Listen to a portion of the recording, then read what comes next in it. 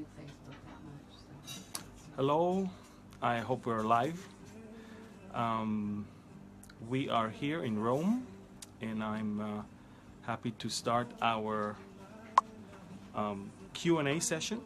I know that many of you are right now watching it, and so we will begin in just a few minutes when the internet connection will allow me to watch your questions running right now.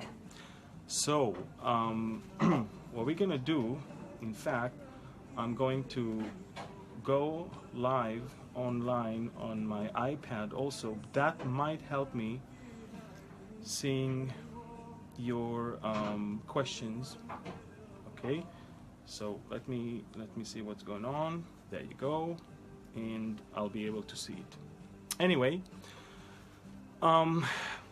while we're waiting for the questions, I'm gonna deal with the questions that I already have that were sent to us via email, and there's about more than 100 of them, and we will have to deal with them right now. The questions were literally from all over the world, and I will start with the one from Jennifer from Utah. And do you have any advice of how to talk to a predominantly Jewish community about Jesus and the true Word of God? It's not about Ezekiel, it's not about prophecy, but I believe it's a crucial question because we do believe that the only hope for Israel is Jesus. The only hope for Israel is their Messiah, and the only hope for the Middle East, if we talk about peace, is the Prince of Peace. And therefore, it's a good question, and let me tell you this: don't ever come to a Jewish person and quote a New Testament verse. It's really not going to help. He doesn't know the New Testament. He doesn't think the New Testament is part of his Word of God. And it's interesting because Jesus never ever quoted the New Testament even once in his entire ministry. Paul never quoted the New Testament. Peter never quoted the New Testament. And all I'm saying is that it is okay to use the Old Testament to be able to prove that Jesus is the Messiah. If he did that about himself, you can do that as well. And that is by saying that I encourage you to study the Old Testament, because Jesus is from Genesis all the way to the books of the prophets. And he himself said in the book of Luke, in the last chapter, he said that all that is written in the law and the Psalms and the prophets must be fulfilled, in which all that is written in the law, the Psalms, and the prophets must be fulfilled. He never talked about New Testament. He talked about the Old Testament. So you can come to a Jew and you can prove the messiahship of Jesus, but don't deal with the New Testament with them. By the time they already believe, it will be easier to get them to the New Testament. And I will also tell you, especially when you're dealing with the Jewish people that are Israelis, take them to Jeremiah 31, verse 31, because there you have the prophecy about God giving to Israel a New Testament, a new covenant. And so if they say the New Testament is not for us, actually you can tell them your own prophet says, or God spoke to your own prophet saying that he's about to give them a New Testament. I'm encouraged to see more than 500 people watching us right now live, and at least on my count. And I see people from Brazil, I see people from Canada, I see people from America. In America you have Texas, you have Georgia, and you have others.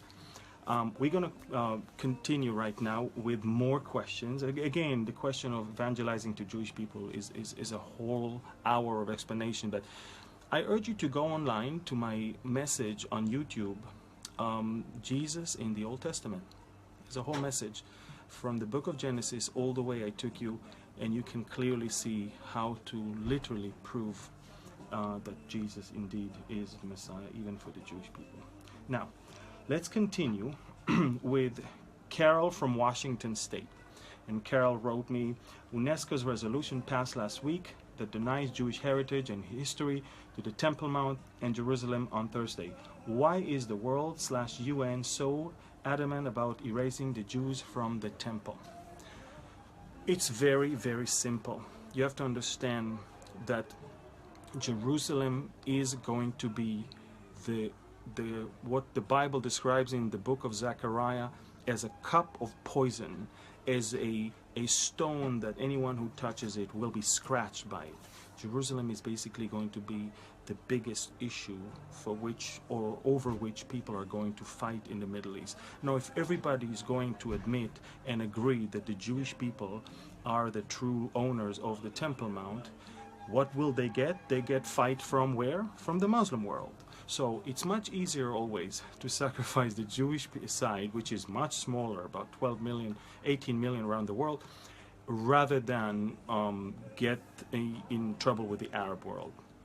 But you have to understand, I mean, let's not pretend that it's only UNESCO. It has to be very clear. There's not even a single country in the world that recognizes Jerusalem as the capital of Israel. No one.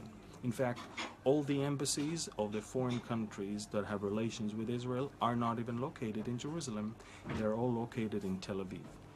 The only embassy in Jerusalem is the Christian embassy. It's a group of Christians that wanted to make a difference and wanted to protest, and so they have that. And that's the group that is celebrating right now the Feast of Tabernacles in Jerusalem. So, to that question, don't expect from the UN anything. Sorry, somebody is sitting in front of me whose family is working in the UN. But we all know the UN is predominantly comprised of non-democratic countries to begin with, and most of them aren't really sympathizing with Israel because of the fact that the Arab world is so powerful and so influential. So it's just a fact that we have to get used to it. Now, let's continue. I don't understand the correlation between praying for our leaders and nations, as the Bible tells us to, and then of course we have in Bible prophecy. Let me explain something very clear. The Bible is telling us what is going to happen, but the Bible is also telling us how we should act and react to situations. The fact, for example, that the Antichrist is going to come doesn't mean that we need to let our lives be influenced by the spirit of the Antichrist. So, same goes with people that are telling me that there's no point of going to vote because it's all rigged and it's all corrupt and we all know what the results are, so what's the point? The point is very simple. You don't really care who is corrupt and who is not, or who is going to rig the elections or not. You care about what your stand is in relations to four things. One is the Supreme Court, which in America is super important. Two, it is the stand for Israel. Three is about the unborn babies. And four is about family values and the family fabric and the family definition. And these are the four things you have to think about and you have to take in consideration when you go to vote. I don't think you should vote for names. Forget about the names.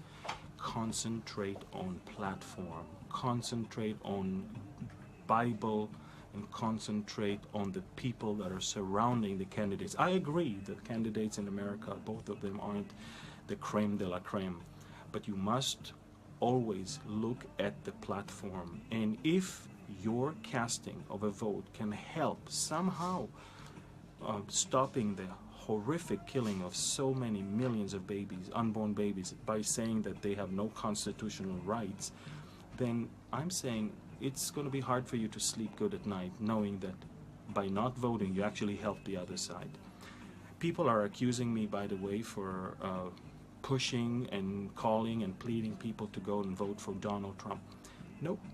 I'm not calling you to vote for Donald Trump, but I think from the two candidates that we have, he's the only one that has a more or less biblical platform. Now, I know exactly what Hillary Clinton is standing for. I know exactly that for the last 8 years, America had the same and she will not change anything but be the same. She comes from the system, she belongs to the system, and she has to perform according to the rules of the system. And therefore the system is very angry for someone like an outsider who knows the system yet is not part of it, and that's why they're trying to destroy him. Now people are telling me Trump is not a godly man. Well, I'm sorry, you're not voting for a pastor here. You're not voting for an elder in the church here. You're voting for a politician to become a president, and you need to pray that all that he promises indeed eventually will be biblically based. You know, his vice president is a godly man. I know him. He's a man of prayer, and I know that Trump is surrounded by a group of spiritual leaders that are giving him great advices. I know them personally, by the way. I know some of them very good. So I'm saying it's not him, it's not his name, it's not his legacy, it's the platform and it's the people around him. And I'm telling you, don't take these things lightly. If all Christians will go to vote the right way, there is a great chance for a wonderful thing that might even happen. I don't want to take too much time to deal with the American elections, but some people are asking me, what will the American elections be in as far as Bible prophecy concerned, and Israel concerned, and Ezekiel concerned? And this is a great question, because no matter who the president-elect in America is going to be, we are talking about Ezekiel mentioning America as only a bystander and not an active role taker, which means that something has to happen in America that will cause Americans, whether under Hillary Clinton or Donald Trump, or God forbid even Barack Obama with some martial law, but something is going to happen that will cause America to deal with America's issues and not come and help Israel militarily.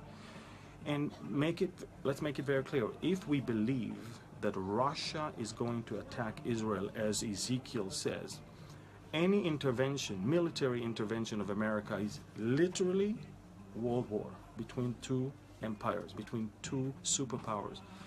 I don't think the world is ready for that. And therefore, I see, as far as Ezekiel 38 concerned, I see no difference.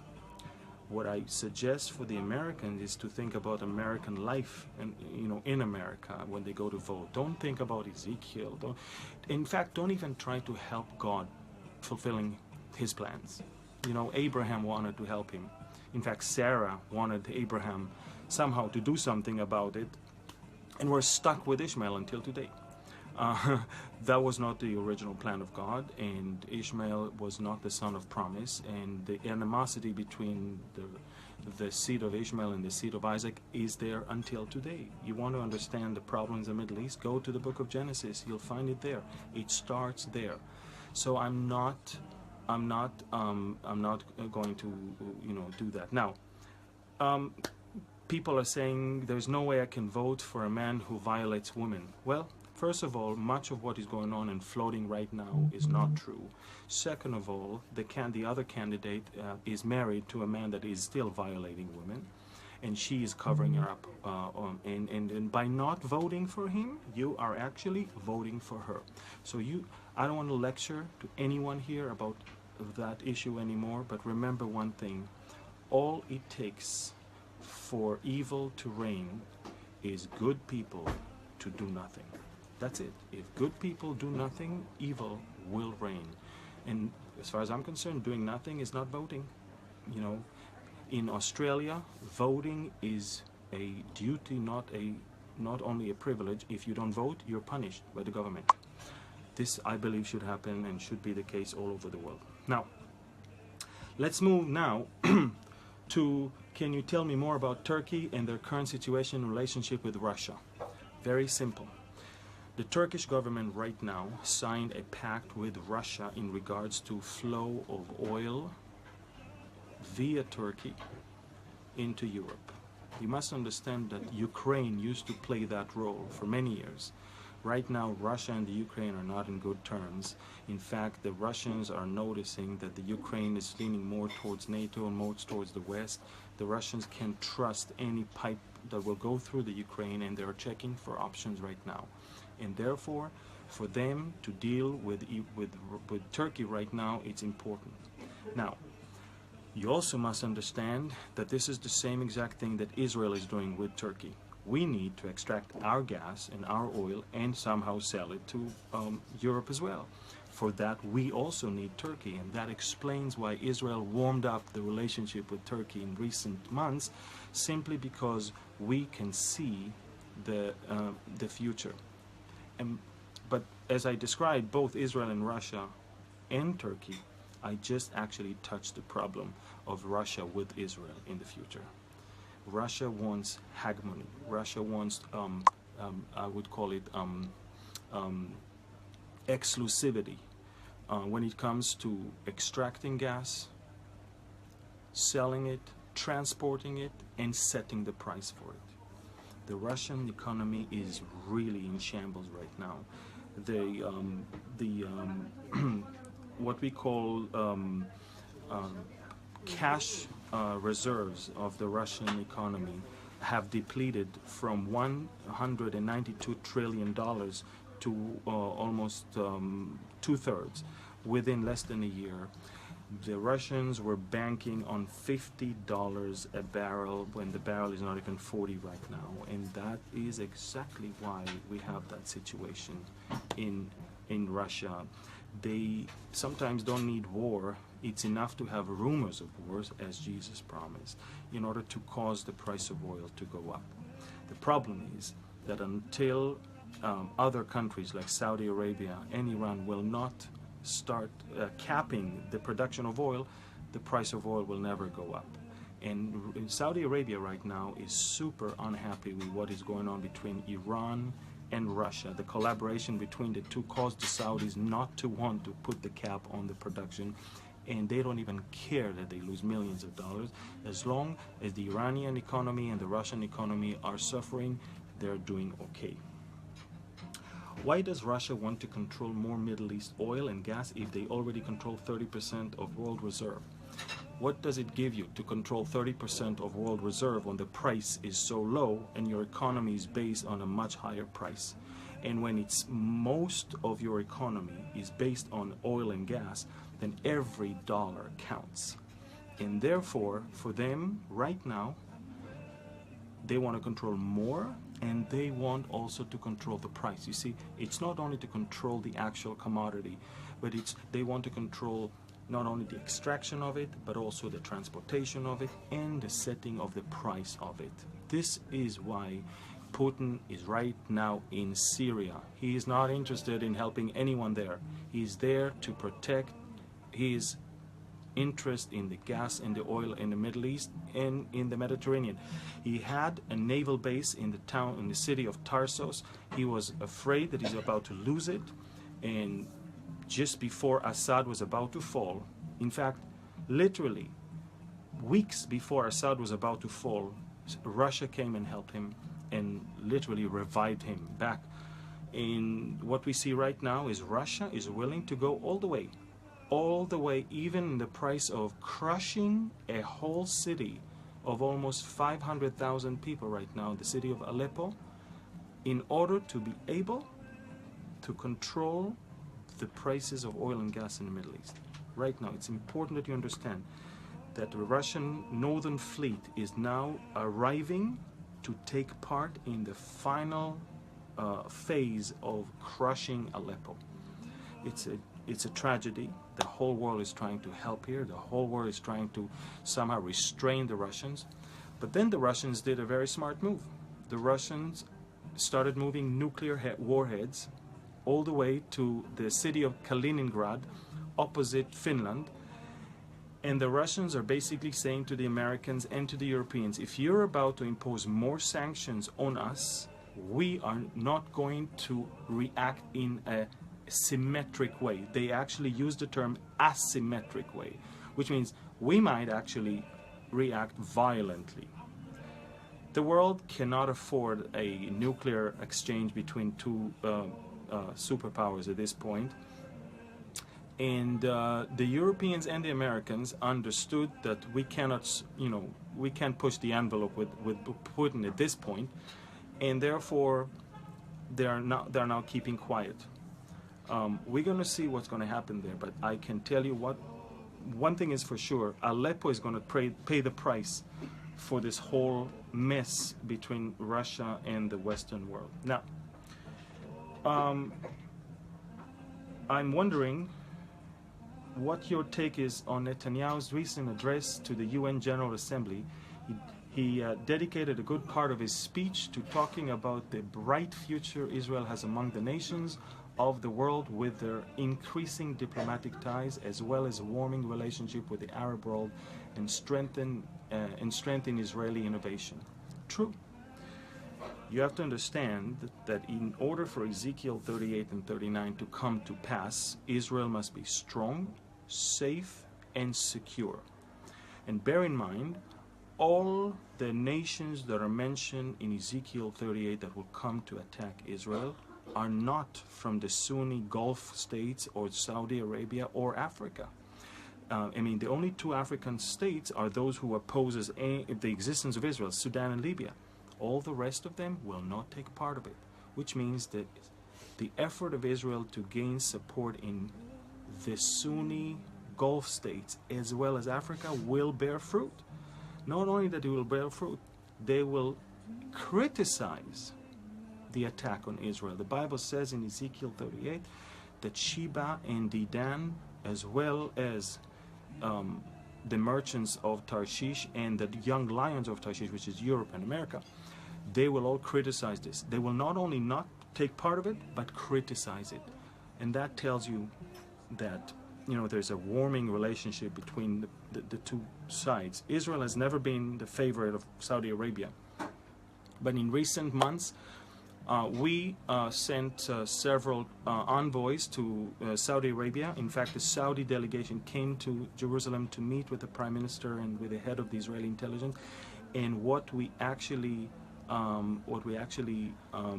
do is increasing collaboration between the two countries based on our common or joint interests to weaken Iran. It's important that you understand that if there is one problem for Saudi Arabia, it's not Israel, it is Iran. And if Iran gets a nuclear weapon, trust me, Saudi Arabia is much more of a problem for Iran than Israel. Iran wants to spread the Shia Islam. We're talking about Iran being only 15%. The Shiites are 15%. The Saudis represent 85% of the Muslim world. No wonder why Iran is doing any effort to spread the Shiite Islam, and the Saudis are willing to cross the lines and even come and hold Israel as an ally at this point, and not that. Now, Amir, I'm getting confused. Joy Miller, I thought.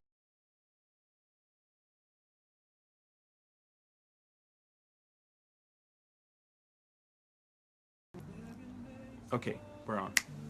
Let's put the light.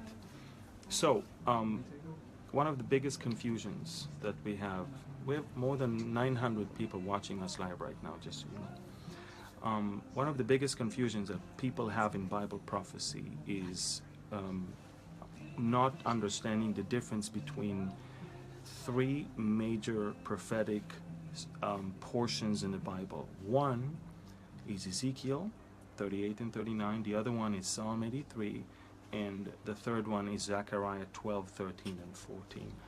And probably this is the right place to mention that. First of all, regarding Psalm 83, it's unfortunately something that is so misunderstood. Psalm 83 describes all the countries that are bordering right now with Israel, talking about Lebanon and Syria, and talk about Jordan and Egypt. And the Bible says that they are about to go and destroy Israel, so the name of Israel will be remembered no more.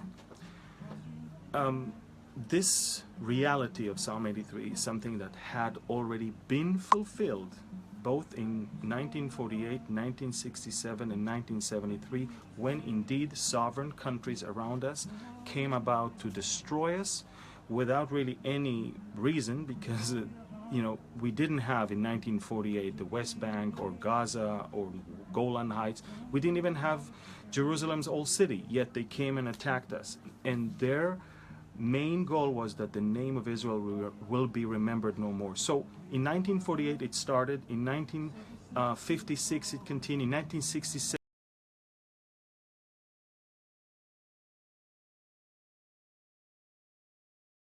Israel's existence and to live with it. And we have peace since with Jordan and Egypt. We have peace also, or at least a peace process with the Palestinians. And the only people that wants to destroy us right now around us are not even sovereign states. If you really think about it, those that border with Israel, we're talking about terrorist organizations only. Hamas in the south, we're talking about Hezbollah in the north, we're talking about Al-Qaeda, Jabhat al-Nusra, or